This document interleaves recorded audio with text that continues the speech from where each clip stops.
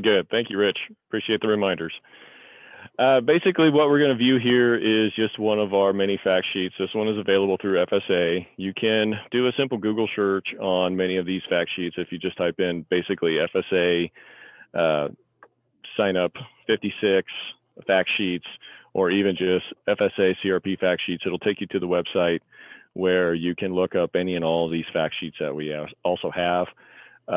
There are other fact sheets available throughout multiple websites as far as like Pheasants Forever is concerned for additional fact sheets, one that we will see here soon, but we'll give you other areas to be able to access those as well. So for this one, I wanted to bring this up. This is just some Conservation Reserve Program enrollment period on the EBI scores. For those of you who don't know, for general CRP, every contract is ranked nationally for how it stacks up against each other. So it is a competitive sign up, and folks need to be aware of that to where they can give themselves the best opportunity or option for being able to actually have a successful application.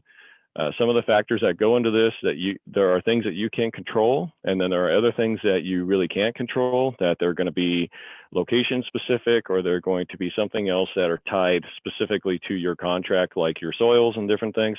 So those are just what, the points are what you get is what you get.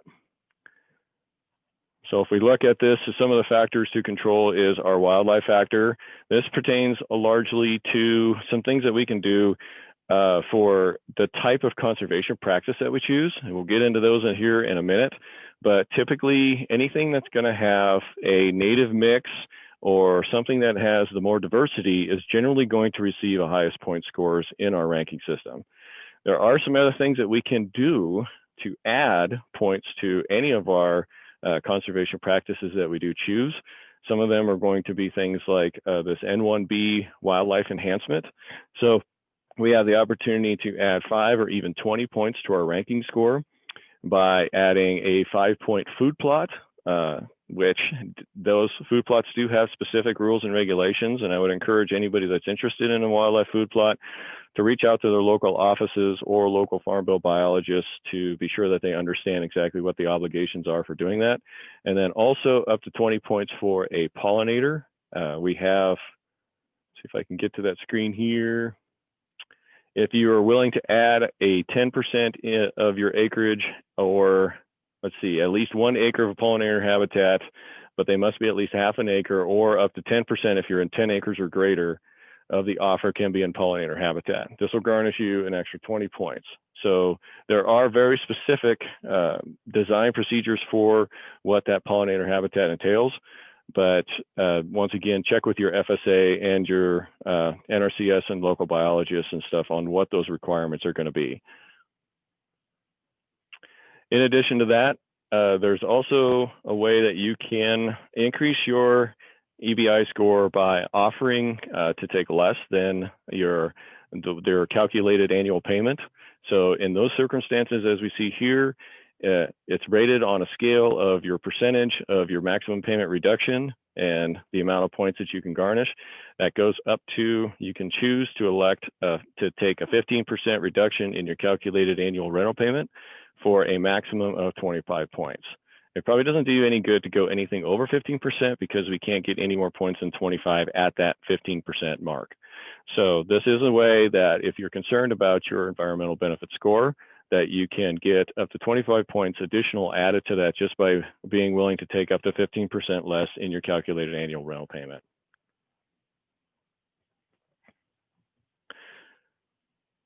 In addition to those conservation practices that I mentioned, here we see a breakdown of what some of those practices are. As far as general CRP is concerned, we have a CP1, CP2, a CP4D, and a CP25.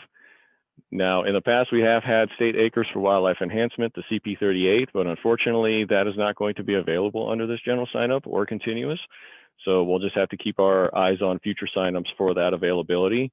But under these categories, they all garnish different points that you can have for each one of the practices. A CP1 practice, for example, is a very simple, cool season mix from anywhere from 3 to 5 species, oftentimes containing a forb or like alfalfa or sweet clover, something introduced. You can add additional points to those for those categories that I had mentioned before. And then that can get you a total point anywhere from 13 if you have just a basic monoculture out there, up to 63 points on your EBI score. And as we see, when we jump to a CP2, those points do increase for some of the diversity in a CP2. That's going to be mainly focusing on native grasses and possibly some introduced forbs or other forbs. In addition to another increase as far as going up to a CP4D, that would be something that is more geared toward wildlife habitat and function. In those circumstances, we do work with local biologists, typically Pheasants Forever or Game and Parks Commission, in order to design what our target species are for completing the best habitat for that specification that we'd be looking for in that area and location. So there's more points that could be had there, all the way up to the CP25, which CP25 is going to be your rare and declining habitats. Those are going to be a bit specific to the locations for where your land is located, whether you be in a mixed grass or a short grass prairie type system for Nebraska. Those are going to garnish the most points, but I will advise folks that these are going to have the highest diversity requirements if you're going to go with a CP25. And those also have to be 100% native stands, and we need to try to keep them that way throughout the life of the contract. So be sure, if you are considering to jump to a CP25 standard, understand exactly what that will entail and work with your local NRCS and other technical providers for how to go about doing that. Then we also have the CP42, which you can do, which is basically the pollinators. We can do a standalone contract for CP42, or we can add a CP42 onto that for those increase of 20 EBI points as well. The CP42 standalone is going to get you the maximum of 100 points that you can get for this category. So once again, all of that can be kind of a little bit confusing and somewhat misleading, but it actually isn't as quite as complicated as it possibly could be. So I want to make sure that folks just seek out the professionals to answer those questions on what would entail for each practice that we end up going into.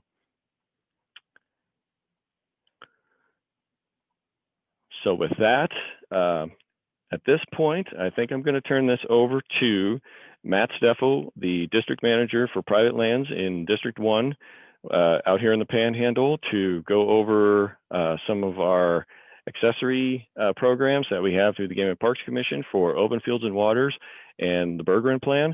I'm also going to pull up some maps for our what we call our pheasant opportunity areas. Now, I do have all of them here accessible for the entire state if you want to look at a specific region. Otherwise, we'll largely focus on what's available here in the West End and the Panhandle. So with that, Matt, if you can unmute yourself, we'll go ahead and let you take it from there. All right, thanks, Mike. Actually, for starters, can you drop down to the South Panhandle area? There you go, perfect. Yeah, between the Game and Parks and Pheasants Forever, the primary way statewide that we've worked a lot with the CRP program is through our Open Fields and Waters program, which provides public access and an additional payment for landowners above and beyond what the USDA, the CRP payment pays. That access payment can be up to $10 an acre on CRP on the highest quality stuff out there, paid annually in the spring after the hunting seasons are over. There is also a lot of people are worried about the liability on it. Nebraska's Recreational Liability Act still comes into play. If you enroll in this, it's just like you were letting somebody come on your ground just by knocking at the door and asking. So you're not carrying any additional liability or anything like that out there on the property. So especially out in the Panhandle where we've got some lower rental rates, it's a pretty nice bonus on top of what you're already getting out there. Then the other thing that Mike's showing here, one of our 2 pheasant opportunity areas. Within both of those, we're able to offer some additional incentives on top of the USDA cost share for the habitat, or for either starting new CRP or upgrading stuff that's already out there at the beginning of a contract or in the middle of the contract. The way those work out within the Southern Panhandle, there's a couple different items that people can enroll in. One is working with the USDA offices as well as Game and Parks, Pheasants Forever on designing the upgrade to get the most benefits out of it out there. And if we do that, we can provide up to $40 per acre incentives. Again, that's on top of what the USDA is already paying for those upgrades. So that goes quite a ways towards covering some of the costs of the work on those properties, which, especially in our area of lower rental rates, those knocking down that upfront investment can really help the CRP pay off over the term of the contract. The other potential there, if you're not interested in the public access component, is if you're within a mile of a public access site, then we can offer $25 per acre incentive on the same type of work. And we get quite a few people that say, well, I'm not close to anything, but keep in mind that that can also be a new site. So what we have had some people do is say they've got a cluster of sites, or themselves and their neighbors have quite a bit of CRP in one area. If they even enroll one of those sites in public access, then that opens that site up to the highest incentives, and everything within a mile that would be eligible for the $25 per acre incentives as well. So gives you a chance to try the public access out on one and get the benefits on quite a few more areas around the landscape. So this is the Southern Panhandle area down there. Catherine Crawley is also on this call. She's our lead within that area. And she and Mike would be the ones that would work on any mixtures or upgrade costs, along with the USDA offices down there, to take advantage of everybody's funding incentives on this. Can you jump up to the north one quick for me, Mike? Thank you. This one is the same incentives, $40 on public access, 25 on non-public, but within a mile of being public. And then the other addition that we have up in this neighborhood is for signing into a 5-year access agreement. You can get a sign-up bonus of $20 per acre up to $2,500. That's a one-time that first year. So $2,500 for the site would certainly go a long ways towards buying seed and paying some of these other costs. And again, that's in addition to that $40 that you would get through the other incentives. So the one other thing that Mike mentioned earlier, the wildlife priority areas. Much of Box Butte County was not in a wildlife priority area before, but is now. So those are going to score quite a bit better on any CRP applications on your EBI within that area. And it also opens the door for areas that didn't meet minimum erosion index to even be eligible for CRP before. Anything within that priority area now is. So there's quite a bit of Box Butte County that couldn't even get into general CRP before, couldn't even submit an application, and now can. So that's another big opportunity that's out there. And we do have, if anybody's interested in any of this, contacting any of our Game and Parks offices, I'll ask my staff, and Kelly and Mike will all get our contact information in the chat here, so it's recorded for people. And just get in touch with any of us, and we'll get you sorted out into the right person for your particular area.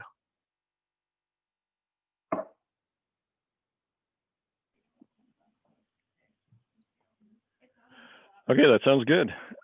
Anything else you want to add on that, Matt or Catherine or even Kelly there in Alliance?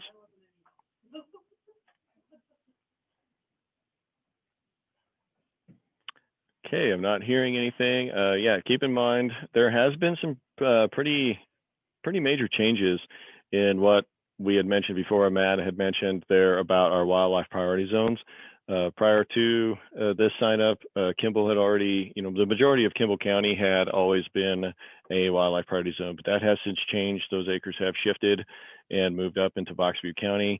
Some of the other wildlife priority zones across the state have also shifted and changed. That's something that you can find in the presentation that we have, and also the FSA offices should have those priority zones in your maps for when you come in and submit an application.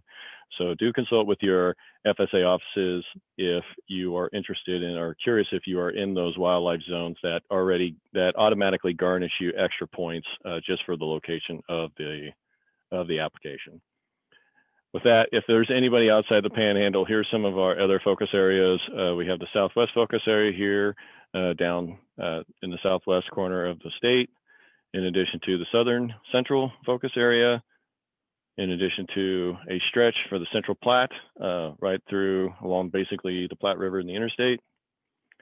as well as the central pheasant opportunity area here, largely centered around Custer County, and the northeast pheasant opportunity area throughout up in the northeast corner, and then the southeast pheasant opportunity area as well.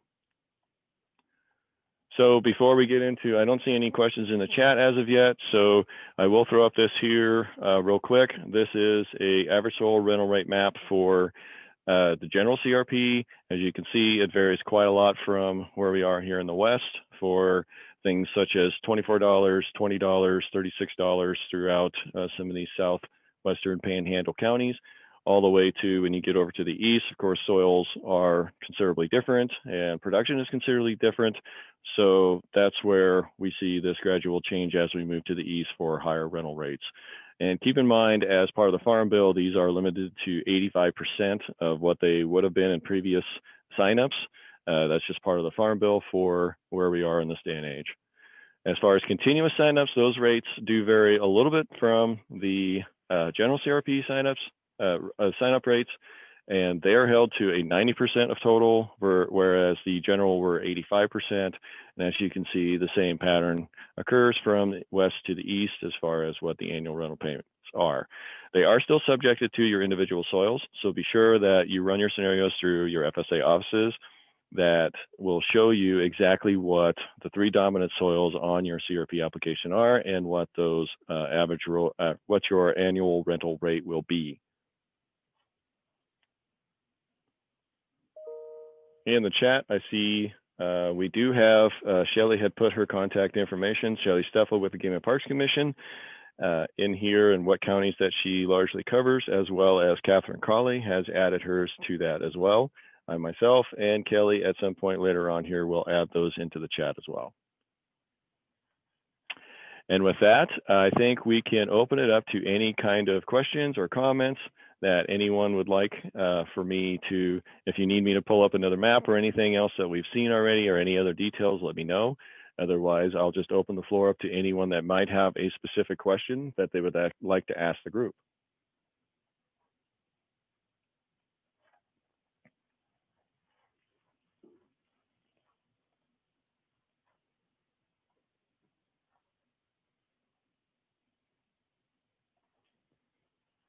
Okay, not hearing anything out there quite yet.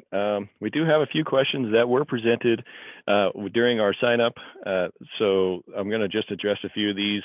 And if anybody wants to add to this or ask additional questions, then absolutely jump in and chime in at any time. Chad Podolak, please forgive me if I am not pronouncing your names correctly, but he asks as far as how much payments are and what it takes to comply and how long of a duration. I'm assuming you're asking about contracts. Basically, once again, your payments are going to vary on your average soils. So that's going to have to be determined essentially through your FSA application. And what it takes to comply is, of course, establishing, depending on your conservation practice, establishing that cover and maintaining that cover, as well as controlling any noxious weeds or anything else that is state regulated. In addition to that is how long is the duration. We can go up here and look at duration of contracts. That largely depends on your conservation practice as well. This table shows very nicely how a CP1, for example, can give you a 10-year term, and that as we go down, things like your CP25 have an option of a 10 or 15-year contract. Some people find that very attractive, but once again, be sure that you understand what that entails for the type of species diversity that you need for a CP25. Other ones, such as the addition of a food plot, can be 10 or 15, depending on the rest of the contract. And then also through continuous practices, some of those will be 10 years or 15 years, just depending on the practice of what resource concern that they are addressing. Okay, I do have a question in the chat from Jen to everyone that she is in Douglas County, but at the Washington County border, who do I contact for my area and what's the minimum acres you need to have? So who I would contact for the area would be whoever you are carrying your farm or property through as far as an FSA office. So if you normally do your FSA sign up or NRCS work through a particular office in a particular county, then that was where I would start for determining how to submit an offer and where to go.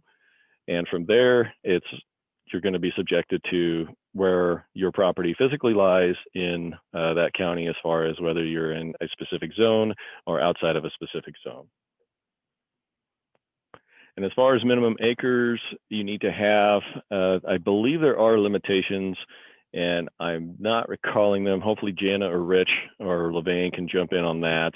I want to say it's a half an acre, but it could depend on some of the practices. Rich, what is the minimum acres that are required on Syrupy? It would depend on the practices that are being offered. And so what I would offer up there is, first look at land eligibility. Is this piece of cropland eligible for the program?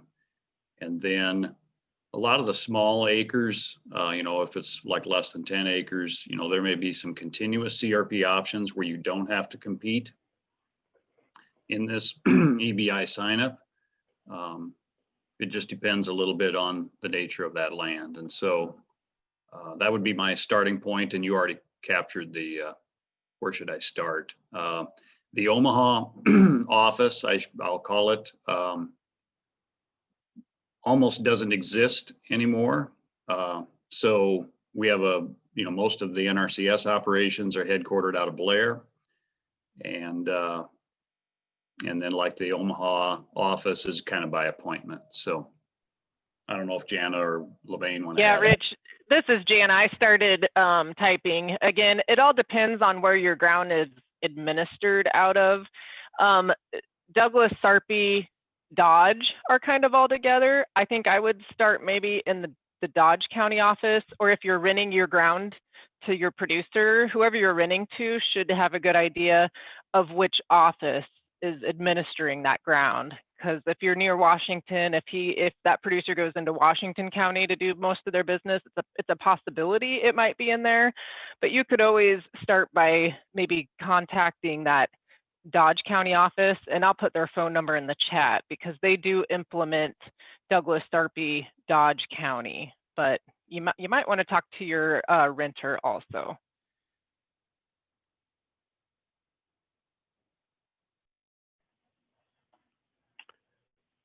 Okay, I think that covers the majority of that question. Feel free to ask more into that if you need any more information.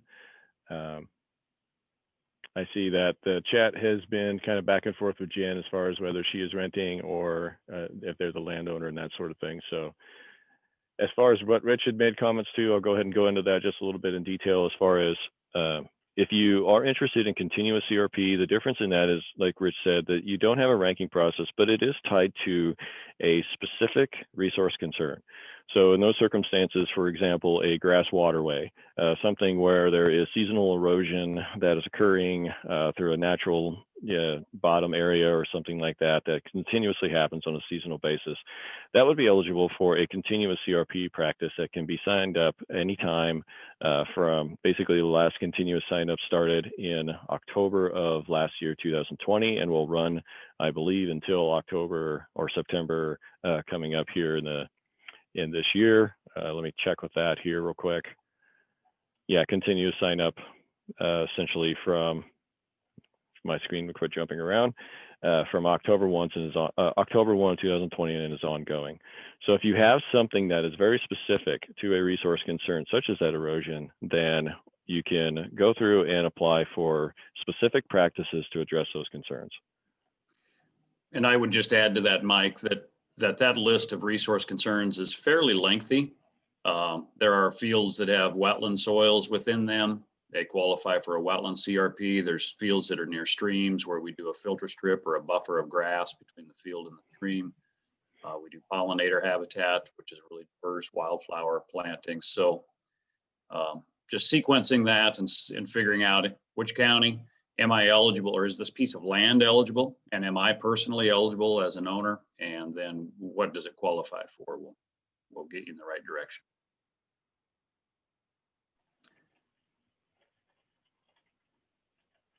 Excellent. Thank you, Rich.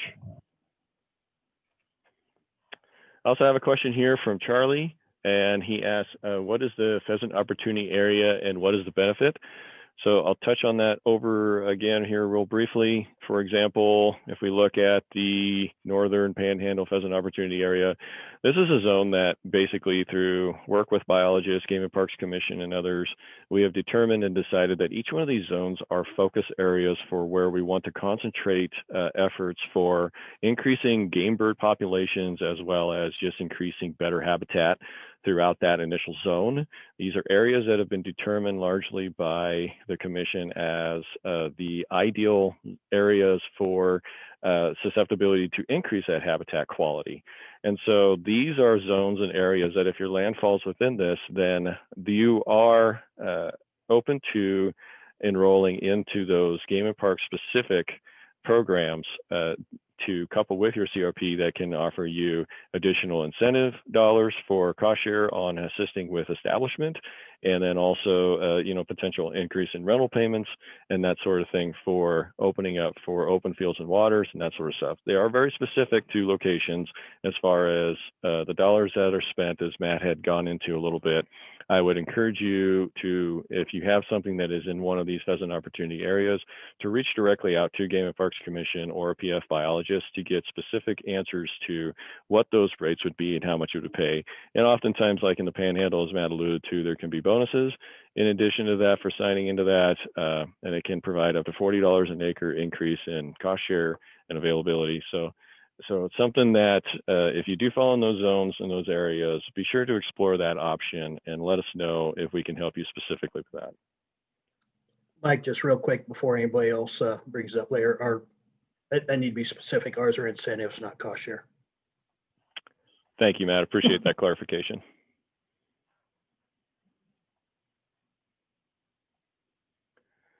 Okay, I have another one here from Jen to everyone. Says, I'm a landowner. We have 30 acres of land.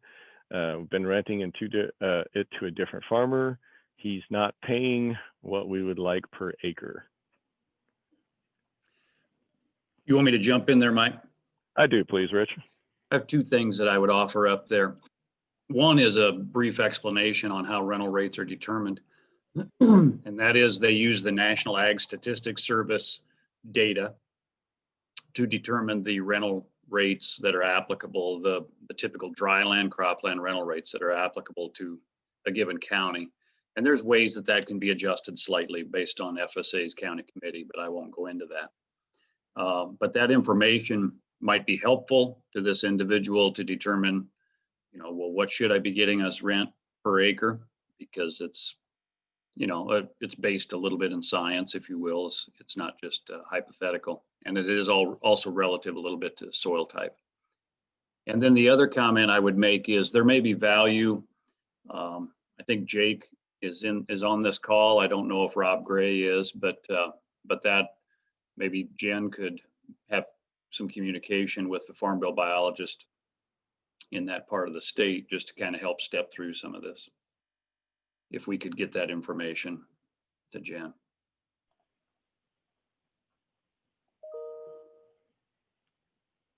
Okay, very good. Thanks for fielding that question, Rich. We also had a question from Charlie as far as what do you have to do to qualify for a CP4D? And essentially with a CP4D, that would be just a conservation practice that you would pick as an option for your general enrollment. So there wouldn't be anything specific to do to qualify for it necessarily, but you would have to work directly with a wildlife biologist to develop a plan to best suit the wildlife in need for the location of where that is going to be located. So that can mean that we're going to vary the seed mix or maybe the diversity of the mix, or even create potential other habitat zones and things like that, whether we're going to be focusing on maybe some winter cover, some nesting cover, or some brood rearing habitat, really focusing and depending on what species that we may be targeting for that local area. So it was something that I would encourage you to explore to see what your point totals might be in an EBI scenario, and also work with your local biologist there to determine what those qualifications would be in that respect. It's something that doesn't necessarily have to be overly complicated or too difficult. It just really comes down to working with those biologists to get the most out of creating that wildlife habitat.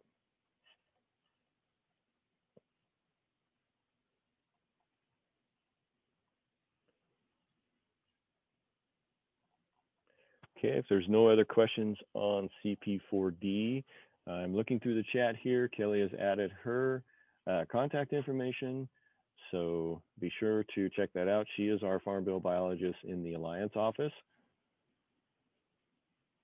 And later on here, I will add my contact information. I am the Farm Bill biologist that serves in the North Platte NRD and parts of the South Platte NRD for the, basically based out of the Scottsbluff area. Rob Gray has also added his contact information as well.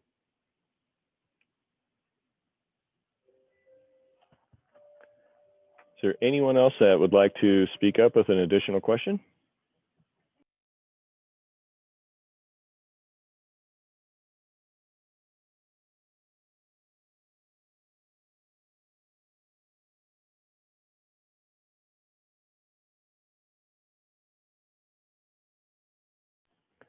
I do see there are some folks out there that when they signed up for it to register online, they were basically just interested in a better understanding of the CRP sign-up process and rules and regulations. Of course, I would defer those folks, you know, the best source for that is going to be your CRP technicians. So get to your local office and work through the sign-up process with them.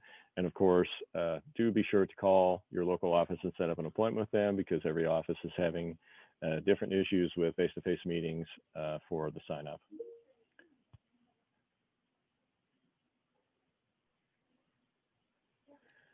And I will also see if I can pull up the map for the Farm Bill biologist, so that way you can see if you are in a specific area, what those locations or what those direct biologists would be in that scenario. Rich, did you have something to add?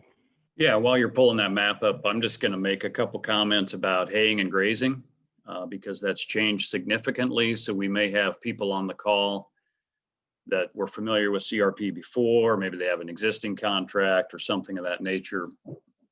In the new Farm Bill, there was quite a bit of liberalization of the haying and grazing opportunities on CRP.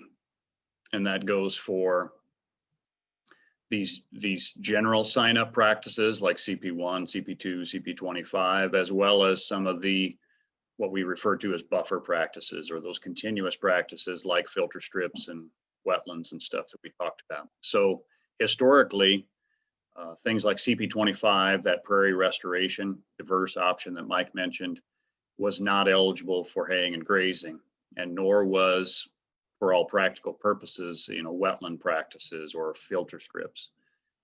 But that has changed, and that doesn't mean it's just wide open, willy-nilly, do whatever you want, but there is much more haying and grazing opportunities available now. And I'm not going to go way into the weeds, but most contracts, you could graze that contract every other year if that's what you chose to do.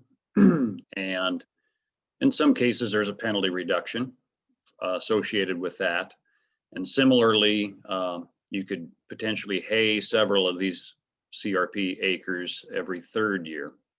And sometimes you can put them in rotation if that's what you want to do, hay a little bit each year or something like that. So I just want to put that out there in case folks are considering CRP, wondering how it fits into their operation, how it might benefit, you know, the tenant they have or something if they're interested in that forage.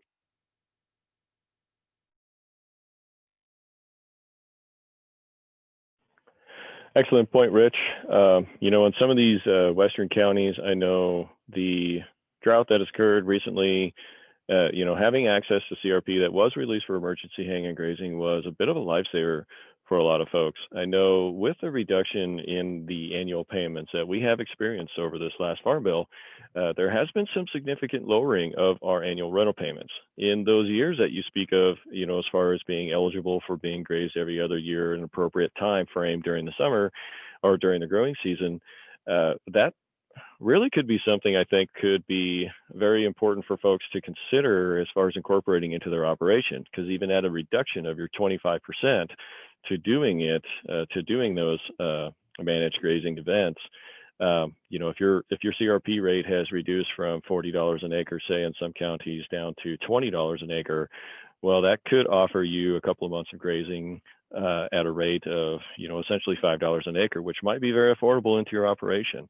And it can also help with all of your management options and that sort of thing as you go through. Of course, you're going to work with your local offices on timing and everything that is associated with that, but it is definitely something to consider, especially in our western counties. With that, I'd also like to add that, you know, management, or what was formerly known as mid-contract management, are still required on all of our contracts, whether they be with most of the continuous CRP practices and the general CRP practices as a whole, and that those management activities are being done in the middle of the contract, but there has been a change in the Farm Bill where they are essentially not cost shared. Before, in previous years, there was cost share availability to complete those management activities, but they're no longer going to be, throughout this Farm Bill, being a cost shared option. In those circumstances, as we've pointed out in our presentation, that grazing might be an option for you to use as management, which, and correct me if I'm wrong, but I believe we've waived any penalty for being able to conduct that. So if you're going to use it for management purposes, we follow specific rules and regulations as far as being able to do that for creating the intended disturbance. But to my knowledge, we have waived the penalty for doing that in that management year. That's correct, Mike. Grazing that's used as a management tool does not have a payment reduction applied to it. And we've also worked to again, liberalize, if that's the right word, the use of haying and grazing options and how they can count as management. Again, I don't want to get too complex, but there are opportunities there available. The haying still has a payment reduction associated with it, but in some folks' case, you know, with being able to harvest forage, that maybe is better than paying for some other kind of management like a burn or an interseeding or something that is strictly a financial outlay.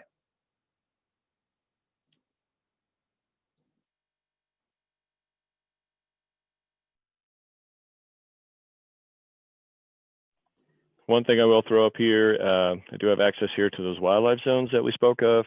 If your land does occur in any of these counties and any of these specific locations, then you could be eligible for just an additional EBI score increase of, I believe, up to, is it 25 or 30 points, just for physically being located in one of these wildlife zones. It's not something that you can change or alter, or you know, it's one of those circumstances that if you happen to be there, then that's you get the bonus points. If you don't happen to be within those zones, then you're not going to have those bonus points attached to that.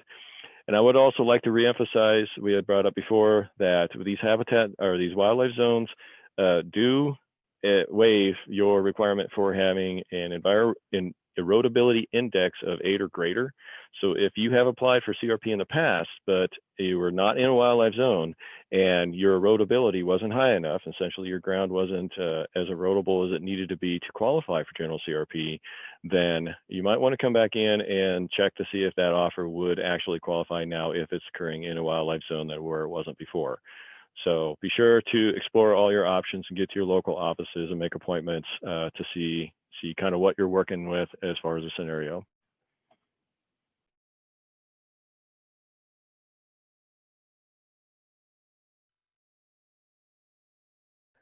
There are also other zones within that I don't have the map readily available for, and that would be for erodibility and also water quality. Once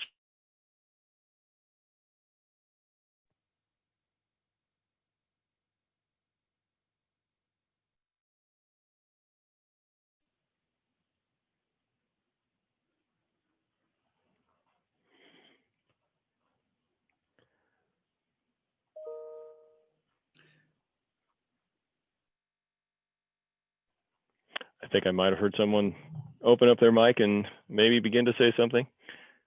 Well, Mike, you cut out there for just a second. I was going to let you know that we weren't hearing you, but.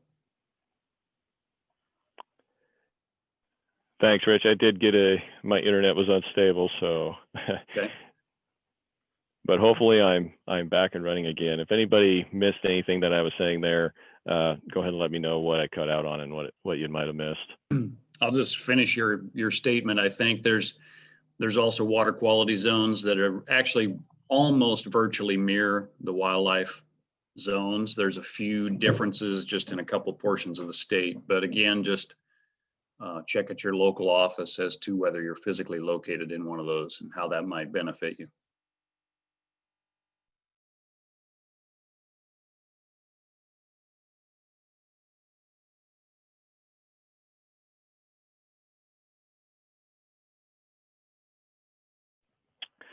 Okay. Does any of our professionals have anything else that they would want to add? Any local offices or anyone else that might want to just chime in on how things are going for their specific signups?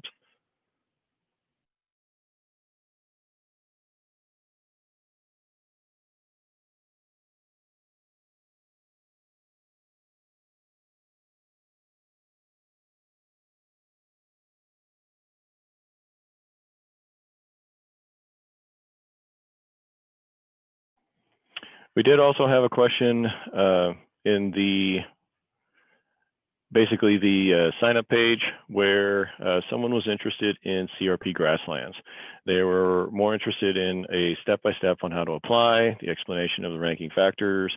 Does FSA compute the ranking factors for me, or do I fill them out? How can I get help applying as needed, and can we hire someone to help fill out the application?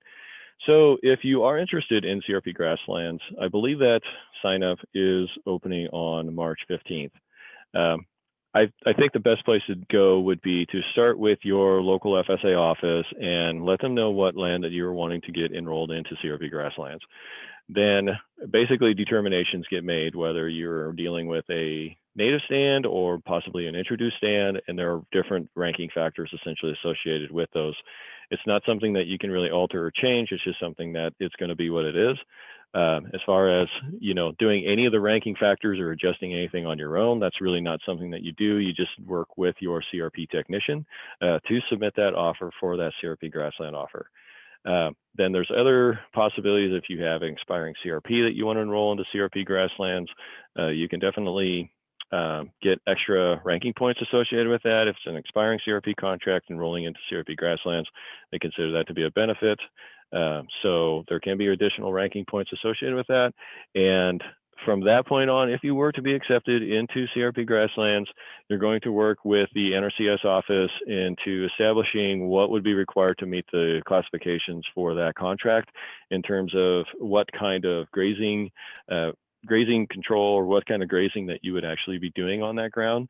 So you'll work with NRCS directly for that grazing plan. If you feel that you cannot meet the standards for that grazing plan that is developed, traditionally you are allowed to get out of your contract as far as at that point without penalty, simply because you're not being able to meet what is going to be required for the program. And since that doesn't get developed up front, we work with you directly on that. Then we allow you to basically back out of that at a later date. Once you agree to the conservation plan for the grazing, then you go ahead and sign into that contract. Then at that point, any kind of removal out of that contract could be subject to penalty and possibly liquidated damages and whatnot, as far as a percentage of an annual payment or something. So be sure to go directly to your FSA offices and speak with your technicians to start that process as far as eligibility and as far as what criteria and how you would rank on those situations. Yeah, Anyone and else? Mike, this is Jana with FSA. Just so you have the end date, it does start. We cannot take offers till March 15th is the first date we could take an offer, and the sign up goes through April 23rd of 2021. So that will be the sign up period that you can offer for CRP grasslands. Thank you, Jana. Appreciate that.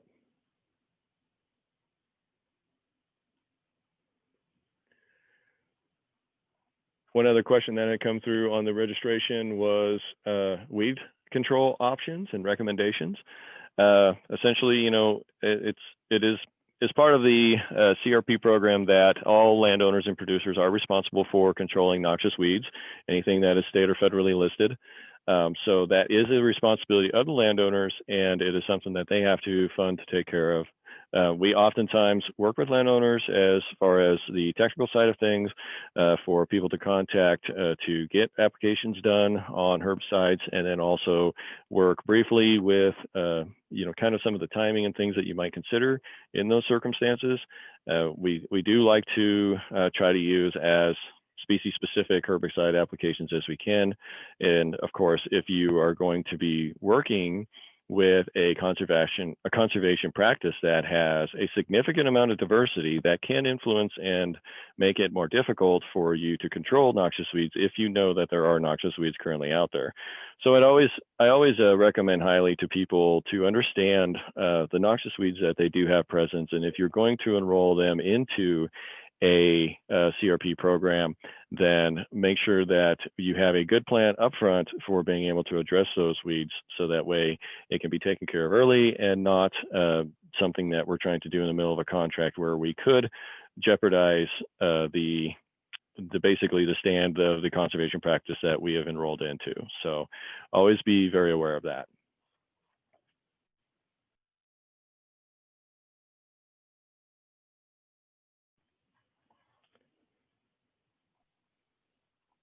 Okay, I'm not seeing anything else really come through the chat as of right now. I do see a question in there related to equip that I'll answer really quick. And I see that Kristen also answered it. I'll elaborate on that very briefly. And that is, we also have a continuous sign up where you can just sign up at any point in time. The deadline that Kristen mentioned is, when we batch those and rank those for this year's funding. So, you're certainly welcome to go into the office and sign up. If you're like me, sometimes you think, oh, well, that's past and gone, and I'll worry about that next year. And then all of a sudden next year comes and goes and you've forgotten it again. So, and there is some value in getting in and earlier and discussing kind of what your interests are and having NRCS evaluate that. So if Kristen or any of the other DCs want to add anything to that, please do.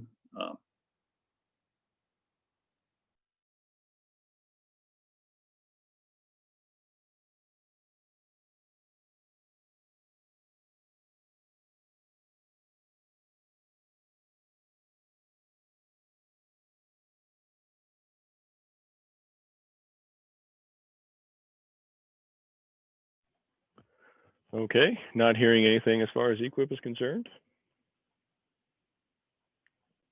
Thanks for hopping on about that, Rich. I'd missed that in the chat.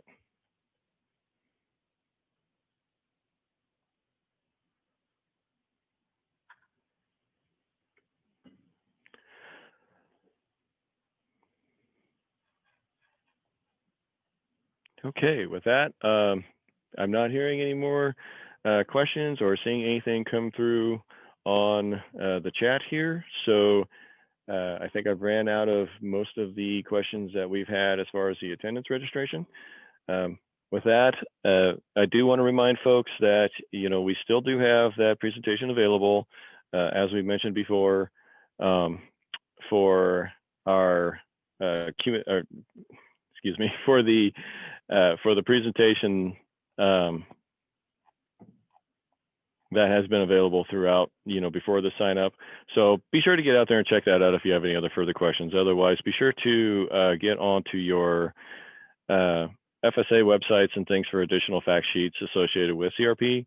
If you have any trouble, feel free to reach out to any one of the contacts on here, and we can get you more information as far as what that's concerned.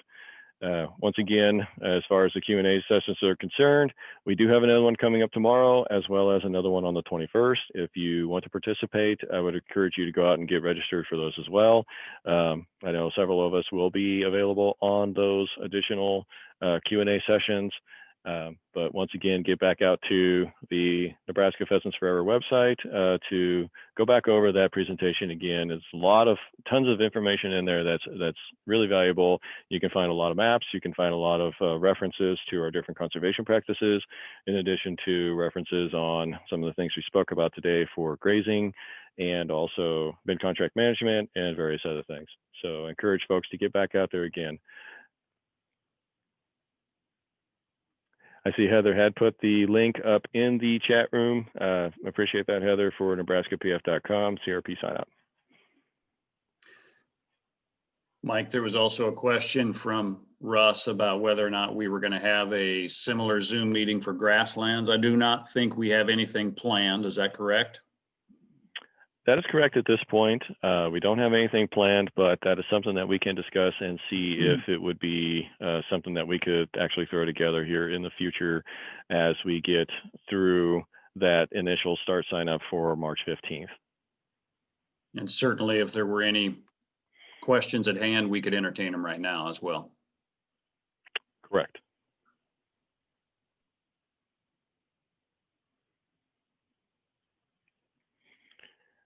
For me, I'm a landowner as well. I am a participant in CRP grasslands.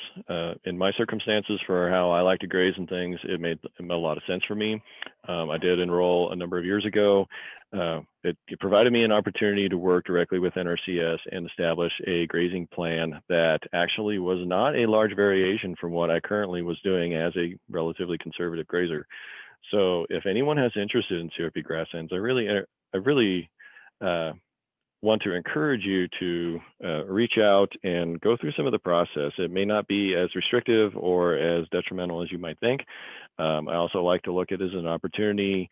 It gives me kind of a bit of a resiliency or a buffer because of some of the limitations on my grazing that I had already imposed upon myself anyway. It allows me to weather some of these drought conditions and circumstances that we've been entering into in recent years. So I do encourage folks to get out there and explore it and see what it's all about. It may be something that can fit very well into your operation, and it also can definitely help you as far as the financial side is concerned as well.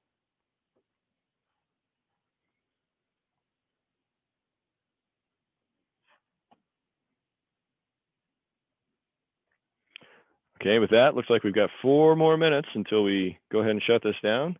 Not seeing anything else in the chat. Thanks to everyone for participation.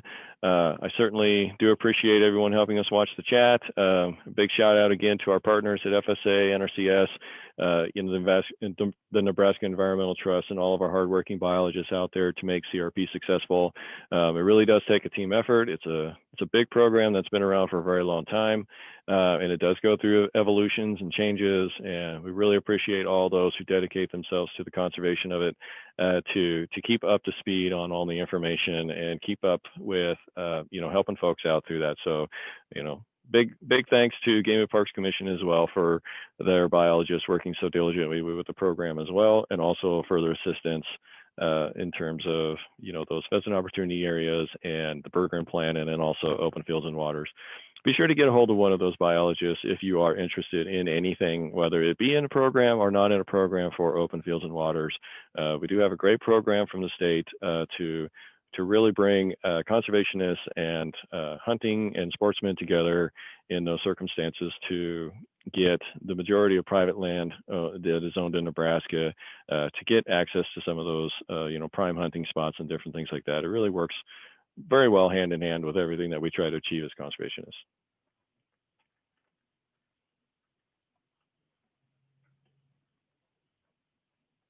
I do see from Russ, the question was, is there a POC for Dawes County concerning grassland that she could contact? Looks like we addressed it in there that Kelly would be a good place to start. Kelly Mildebrandt, our biologist in the Alliance office there, and we can definitely expand that out into the other 2 offices as far as Rushville and Chadron is concerned. Robin Folk is also the district conservation area. I see that she put her contact information in the chat. Would be another great contact to get directly involved with. So be sure to reach out to those local offices, and we can definitely get you paired with the right expert to guide you through that process.